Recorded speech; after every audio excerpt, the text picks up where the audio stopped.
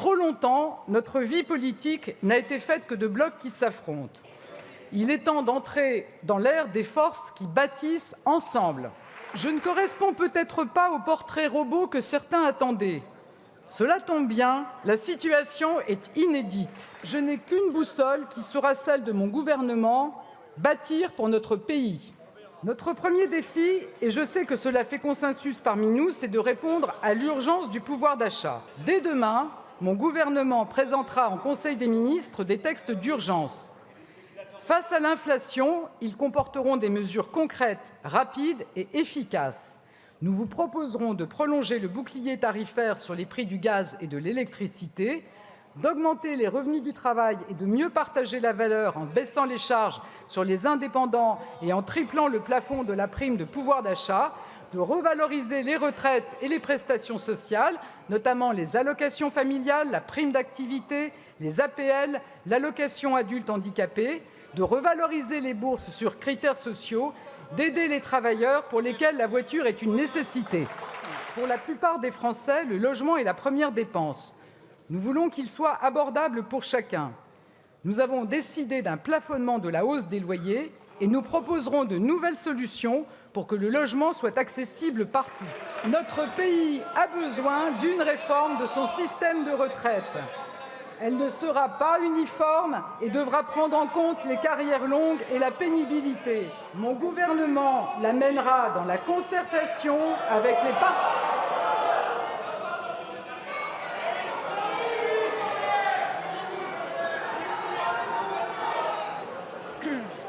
S'il vous plaît, mes chers collègues, laissez Madame la Première ministre continuer. Mon gouvernement, elle n'est pas ficelée, elle ne sera pas à prendre ou à laisser, mais elle est indispensable. Les données sont claires. Du fait de la guerre qui dure, et comme partout en Europe, notre croissance économique sera plus faible que prévu, l'inflation sera plus forte et la charge de la dette augmente. Nos objectifs sont eux aussi clairs. En 2026, nous devons commencer à baisser la dette. En 2027, nous devrons ramener le déficit sous les 3 %. Nous devons prendre des décisions que, sur ces bancs même, d'autres ont pu prendre avant nous, dans une période de l'histoire où le pays devait aussi gagner la bataille de l'énergie et de la production. C'est pourquoi je vous confirme aujourd'hui l'intention de l'État de détenir 100 % du capital d'EDF. Avec le Président de la République, nous avons souhaité que le gouvernement comprenne un ministre de la Santé et de la Prévention.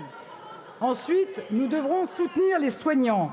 Le Covid a mis à jour les fragilités de notre système de soins.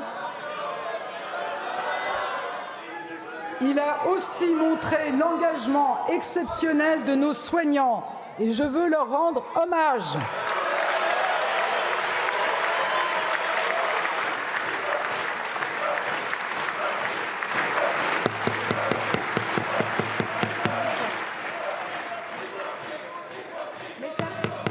Mes chers collègues, s'il vous plaît. Pas de telles manifestations dans l'hémicycle, s'il vous plaît. Madame la Première ministre, continue. Ça n'a rien à voir. Le handicap, c'est 12 millions de Français. Je vous annonce que mon gouvernement réformera avec vous, avec les associations, l'allocation adulte handicapé. Il s'agira d'une réforme en profondeur. Nous partirons du principe de la déconjugalisation. Honte à ceux qui attaquent systématiquement nos policiers et nos gendarmes. Honte à ceux qui tentent de dresser les Français contre ceux qui les protègent. Il ne doit pas y avoir de zone blanche de la sécurité.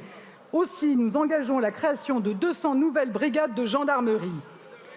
Ces dernières années ont montré la nécessité de mieux assurer l'ordre républicain. Nous créerons 11 nouvelles unités de forces mobiles.